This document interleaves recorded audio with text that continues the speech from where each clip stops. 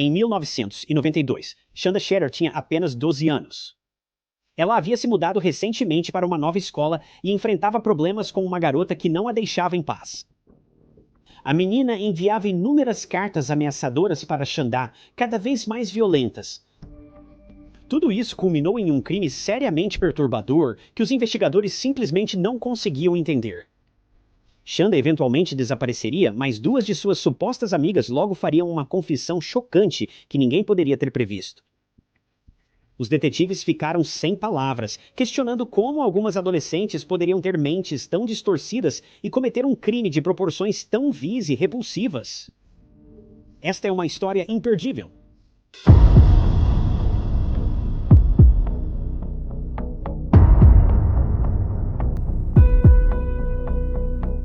Shanda Shatter nasceu em Pineville, Kentucky, em junho de 1979. Seus pais, Steven e Jacqueline, estavam profundamente apaixonados na época de seu nascimento, mas, infelizmente, o casamento deles simplesmente não resistiu ao teste do tempo. Não sei exatamente quando, mas os dois se divorciaram quando Shanda ainda era muito jovem. Jacqueline logo se casou novamente após o divórcio, mudando-se para Louisville para morar com o novo marido. Shanda começaria a frequentar o 5º e 6º ano na St. Paul. Shanda se adaptou muito bem na St. Paul, fazendo muitos amigos e rapidamente se tornando membro do grupo popular. Shanda passou a jogar vôlei e softball e até foi aceita na equipe de cheerleading da escola. Ficou muito claro para todos que Shanda estava destinada à grandeza, mas seu sucesso não duraria muito tempo. Os detalhes nunca foram revelados publicamente, mas por algum motivo, a mãe de Shanda se divorciou novamente e mais uma vez tirou Shanda da escola para matriculá-la em outra instituição de ensino fundamental. Shanda e sua mãe se mudaram para New Albany, Indiana, supostamente para que Shanda ficasse mais perto de seu pai biológico, embora não tenha sido possível confirmar se isso era totalmente verdade, já que os registros encontrados apenas mencionavam que o pai de Shanda morava no estado vizinho de Kentucky. Eles nunca especificaram mais do que isso. Em 1991, após se estabelecerem em New Albany, Shanda foi matriculada na Hazelwood Middle School. Como a maioria das crianças, Shanda estava aterrorizada com a ideia de começar em uma nova escola e fazer novos amigos. E para que isso acontecesse com ela 2 vezes em poucos anos, certamente só tornou as coisas ainda mais difíceis. Mas não ajudou quando Shanda começou a se envolver em brigas quase imediatamente em sua nova escola. No passado, as crianças sempre acolheram Shanda de braços abertos, e ela sempre foi considerada uma das garotas populares. Mas em Hazelwood, as coisas eram muito diferentes. Poucos dias após o início das aulas, Amanda Havrid surgiu e parece ter se empenhado em tornar a vida de Shanda miserável. Não se sabe quem iniciou o bullying, mas logo ambas estavam profundamente envolvidas nisso. As duas garotas chegaram a brigar fisicamente em pelo menos uma ocasião, e a mãe de Shanda parece ter sugerido que Amanda foi a primeira a dar um soco. Apesar de ser irrelevante, já que ambas acabaram na detenção de qualquer forma. Mas as coisas ficaram um pouco estranhas a partir daqui. Obrigados a sentar juntos na detenção, eles se conheceram melhor e descobriram que tinham muito em comum. Apesar das reservas de Jacqueline sobre Amanda, já que elas haviam se enfrentado recentemente, ela estava feliz que Shanda estava fazendo novas amizades. Mas a situação piorou bastante para as meninas dali em diante. Como logo ficaria claro, Amanda não queria apenas amizade. Ela almejava ser muito mais. As duas meninas costumavam passar bilhetes uma para a outra na sala de aula e na detenção, e Amanda começou a fazer perguntas sobre Shanda, especificamente perguntando se ela gostava de meninas. Amanda sempre elogiava a aparência e as roupas de Shanda, ressaltando sua beleza. Todos nós já ouvimos histórias de crianças que se intimidam, não por maldade, mas porque secretamente gostam uma da outra e não sabem lidar com essas emoções complexas. Bem, parece ter sido o caso aqui também, porque em pouco tempo Shanda e Amanda começaram um relacionamento romântico uma com a outra, e até foram juntas ao baile de outono da escola, algo realmente ousado para um casal de jovens em um estado fortemente conservador em 1992, mas esse baile não levaria as memórias felizes que as duas esperavam. Enquanto o próprio baile transcorreu perfeitamente. Problemas começaram a surgir quando Shanda foi apresentada a uma garota de 16 anos chamada Melinda Loveless. O único problema era que Melinda não estava procurando fazer amizade. Isso porque, em seus olhos, Xandá havia roubado sua namorada. Melinda namorava Amanda há cerca de 1 ano, e para um adolescente, 1 ano pode parecer uma vida inteira. As duas terminaram pouco antes de Amanda conhecer Xanda, mas Melinda ainda não havia superado o término. Na dança, Amanda ameaçou repetidamente Xandá e dias depois, ela começou a escrever cartas odiosas para Amanda, expressando o quanto ela odiava o fato de Amanda e Xanda estarem passando tanto tempo juntas. É aqui que as coisas começaram a ficar um pouco complicadas. Agora, eu mencionei que Amanda e Melinda haviam terminado, mas isso não é totalmente preciso. Amanda acreditava que o relacionamento havia terminado, mas Melinda não aceitava o fim. Ela sentia que as duas apenas enfrentavam problemas temporários, mas parece que Amanda havia desistido completamente da situação. Enquanto Amanda achava que estava livre para namorar outras pessoas, Melinda pensava que estava sendo traída por ela. A situação foi agravada pelo fato de que, durante esses eventos, o pai de Melinda abandonara a família e sua mãe já estava seguindo em frente com outra pessoa. Melinda já se sentia totalmente traída por sua família, e ser traída por sua namorada era a última coisa que precisava. Essas emoções acumuladas eram demais para Melinda lidar, e em pouco tempo ela queria vingança. Era final de 1991 neste ponto da história. Melinda estava no pior momento, mas sentia que não conseguia evitar afundar ainda mais. De acordo com os registros criminais do Midwest, Melinda e suas irmãs mais velhas decidiram se assumir para a mãe nessa época. Melinda já havia se assumido na escola há tempos, mas sua mãe permanecia felizmente alheia a isso. Mas tão logo Melinda se revelou, todos os seus irmãos se juntaram para apoiá-la e expressar suas preferências de relacionamento também. A mãe de Melinda ficou no mínimo chocada com isso. De acordo com alguns relatos, ela ficou furiosa inicialmente, mas com o tempo acabou aceitando as escolhas dos filhos. Em novembro daquele ano, a mãe de Xandá começou a ter a mesma percepção que a mãe de Melinda. Infelizmente para Xanda, ela não confiava o suficiente em sua mãe para contar diretamente sobre seus sentimentos em relação a outras meninas. Em vez disso, Xanda e Amanda mantiveram seu relacionamento em segredo, fingindo serem apenas amigas diante da família de Xandá. Mas um dia, a mãe de Xanda encontrou uma série de bilhetes escritos à mão que eram compartilhados entre Xanda e Amanda. E o que ela descobriu a chocou profundamente. Embora o conteúdo exato dos bilhetes seja desconhecido, a mãe de Xanda afirma que eles evidenciavam que as duas eram mais do que amigas, com detalhes sugerindo um envolvimento físico entre elas. A mãe de Xanda imediatamente proibiu-a de sair com Amanda, mas como é verdade com a maioria dos adolescentes, isso não impediu Xanda de fazer o que queria fazer. Tudo o que causou foi que ela fosse mais secreta sobre isso. Segundo a mãe de Xanda, o problema não era o interesse dela por outras meninas, mas sim a diferença de idade entre as duas. Amanda tinha 14 anos na época e Xanda apenas 12. Embora 2 anos não pareça muito, para crianças mais jovens, até 6 meses de diferença de idade pode fazer uma grande diferença em termos de maturidade, capacidade mental e habilidades de tomada de decisão. Conforme a mãe, Xandá, ainda um bebê, sentia-se pressionada a fazer coisas com as quais não se sentia confortável. Agora, ela pode ter estado certa sobre isso, ou pode ter estado completamente errada, nós simplesmente não sabemos. Mas isso não importava, pois as coisas logo ficariam muito piores. Rumores começaram a se espalhar de que Melinda estava realmente furiosa com Amanda por aparentemente sair do relacionamento, mas não parece que ela estava especificamente irritada com Amanda. Em vez disso, ela estava irritada com Xandá. Esses rumores sugeriam que Melinda não iria ficar parada assistindo tudo isso acontecer, ela iria fazer algo a respeito. No outono de 1991, Melinda começou a falar abertamente sobre seus planos de matar Xandá. Melinda começou a enviar cada vez mais cartas ameaçadoras para Amanda e Xanda. Amanda, muito preocupada, começou a entregar as cartas a um promotor de justiça juvenil local. Mas o problema era que o promotor não levou a ameaça a sério.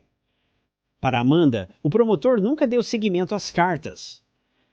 Agora, obviamente, não sabemos se isso é 100% preciso, mas, pelo que as evidências sugerem, não há nada que indique que qualquer tipo de investigação ocorreu durante esse período.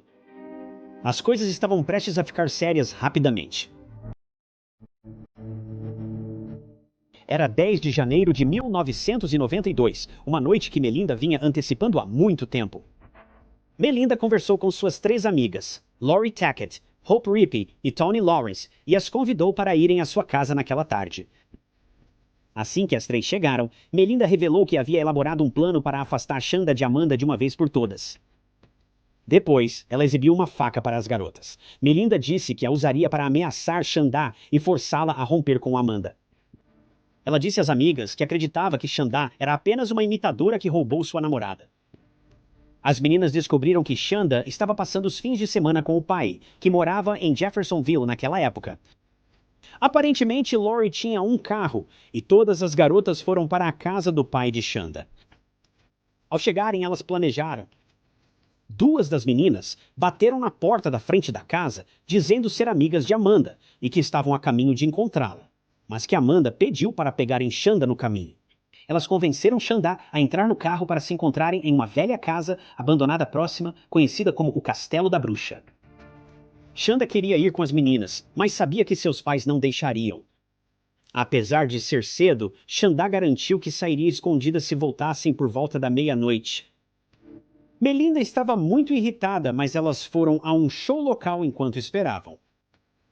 As meninas começaram a voltar para a casa da Shanda por volta de 00:30. Neste momento, as garotas pensavam que Melinda só queria intimidar Shanda para que ela rompesse com Amanda. No entanto, as coisas ficaram cada vez mais distorcidas conforme a viagem avançava. E não demorou muito, Melinda se pronunciou e disse que não via a hora de matar Shanda. Naturalmente, essa mudança de planos chocou as meninas. Se eu tivesse que adivinhar, diria que as meninas provavelmente não achavam que Melinda falava sério, mas elas não faziam ideia do quanto estavam erradas. Quando as meninas chegaram à casa, Tawny se recusou a coagir Shanda a entrar no carro, aparentemente tendo uma mudança de coração após saber até onde Melinda estava disposta a ir. Mas isso é apenas uma suposição. Enquanto isso, 2 garotas foram falar com Shanda e Melinda se agachou no banco traseiro, escondida sob um cobertor com uma faca que havia trazido.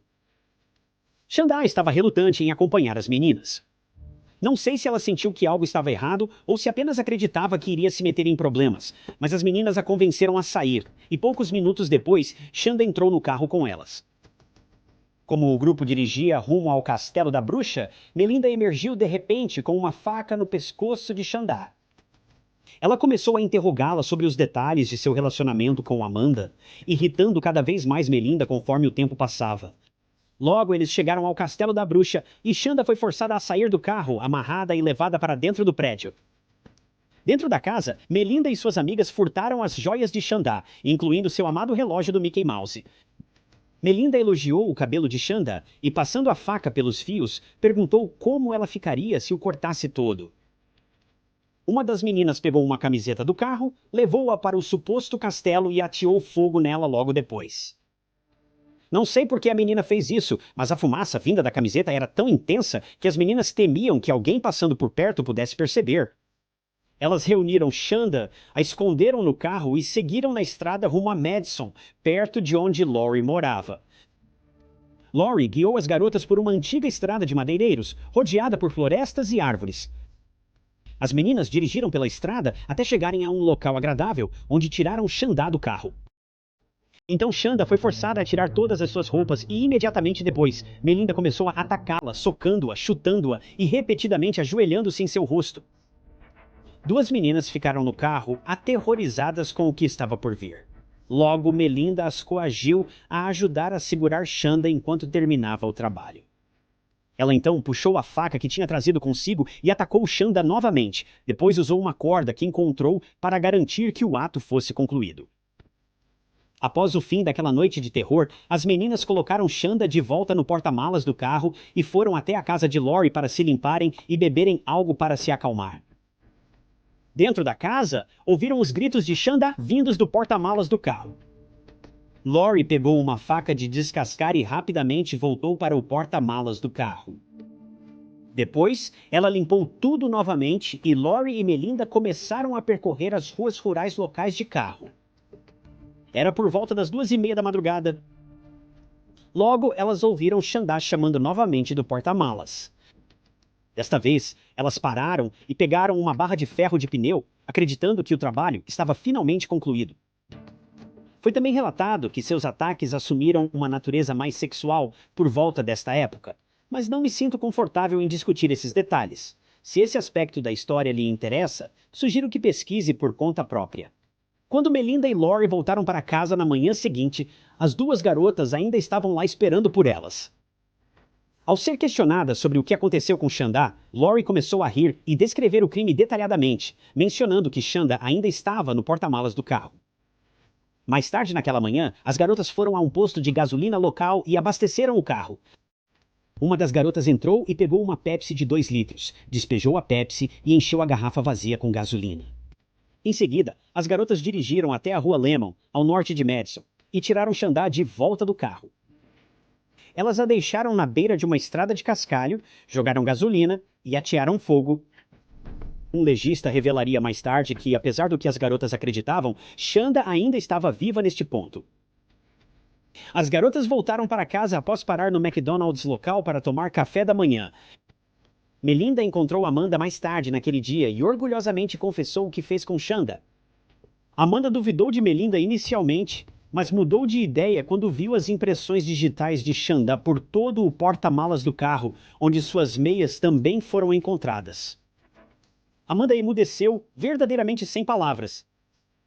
Melinda então se virou para ela, declarou seu amor e implorou que Amanda mantivesse segredo. Aterrorizada, Amanda concordou.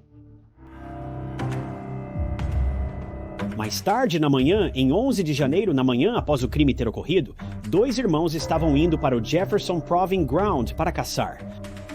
No caminho, eles notaram algo à beira da estrada que parecia muito com uma cena de crime, mas acreditavam ser um manequim que alguém tinha abandonado até se aproximarem. Eles correram para o telefone mais próximo para acionar a polícia ao perceberem o que haviam descoberto. A polícia solicitou que retornassem ao local do crime e aguardassem os investigadores para prestar depoimentos. Policiais e detetives apareceram e começaram a coletar evidências forenses da cena do crime. A polícia acreditava que era violência de gangue, considerando que o corpo havia sido colocado em uma pose sugestiva antes de ser queimado e abandonado. Descobriram que o rosto e as mãos da vítima foram um ponto particular de foco para o agressor, queimados propositalmente para que a vítima não pudesse ser identificada. Enquanto tudo isso acontecia, o pai de Shanda acabara de acordar e descobriu que Shanda não estava em seu quarto. Ele procurou por ela em todos os lugares, mas ela não estava em lugar nenhum. Ele ligou para a mãe dela, explicou a situação e ambos a procuraram sem sucesso. Naquela tarde, eles se encontraram com investigadores locais e registraram um boletim de desaparecimento com o xerife do condado de Clark. Às 8h20 da noite, Hope e Tony, as duas amigas de Melinda, apareceram inesperadamente na delegacia local junto com seus pais. As duas meninas estavam histéricas e mal conseguiam falar. Elas finalmente revelaram que a vítima encontrada pela polícia naquele dia era ninguém menos que Shanda. As meninas confessaram tudo, contando aos investigadores toda a série de eventos que ocorreram naquela noite. Condados locais colaboraram para montar a história e o xerife do condado de Clark foi alertado sobre o relatório de pessoa desaparecida registrado mais cedo naquele dia. Havia sido oficialmente resolvido. Os detetives obtiveram registros dentários e identificaram positivamente a Shanda. Tanto Melinda quanto Lori foram presas no dia seguinte, enquanto as outras duas garotas já estavam sob custódia policial. Em abril de 1992, Tani aceitou um acordo de delação com a polícia. Em setembro, Melinda e Lori aceitaram acordos de delação. Melinda e Lori foram condenadas a 60 anos de prisão, mas, surpreendentemente, foram libertadas condicionalmente após 26 e 25 anos, respectivamente. As duas outras garotas receberam penas muito menores. Hope recebeu 35 anos, cumprindo 14, e Tony foi condenada a 20 anos, cumprindo 9. No final de tudo, eu realmente não sei o que pensar deste caso. Normalmente dou minha opinião antes do final da história, mas aqui não sei o que dizer. Muitos podem defender Melinda rapidamente, culpando suas ações em sua infância notavelmente sombria, cheia de abuso e engano. Admito, Melinda teve um tempo muito difícil ao crescer. A história da Melinda já daria para um vídeo só sobre ela. Mas no final, as ações de Melinda e as ações de seus amigos são imperdoáveis. É inegável que Melinda tinha total consciência de seus atos e das consequências de suas escolhas, mas mesmo assim prosseguiu com o crime. Mais especialmente perturbadoras foram as ações de Lori Tackett, pois se rumora que ela sequer conhecia Shanda até a noite em que ajudou a tirar sua vida. Gostaria de ver um lado positivo aqui, mas este não é um desses casos. Eu apenas espero sinceramente que, enquanto passavam todo aquele tempo atrás das grades, as meninas tenham conseguido se reabilitar verdadeiramente dos crimes terríveis e repugnantes que cometeram. Talvez elas possam aprender com suas escolhas terríveis e se tornarem pessoas decentes daqui para frente, mesmo que improvável. É aterrorizante saber que essas mulheres agora estão andando livremente entre nós. Obrigado por sintonizarem em mais um episódio de Histórias de Crimes Reais. Se você quer ver mais documentários de crimes reais como este, não se esqueça de clicar no botão de curtir e se inscrever. Se você gostaria de ajudar a apoiar o canal, a melhor maneira de fazer isso é simplesmente deixando um comentário abaixo, qualquer comentário. Isso ajuda o canal mais do que você imagina. Para ajudar financeiramente, clique no botão azul abaixo ou compre uma caneca de histórias de crimes reais em TykeKnots.com. Bem, sou Ty Knotts e nos vemos no próximo vídeo.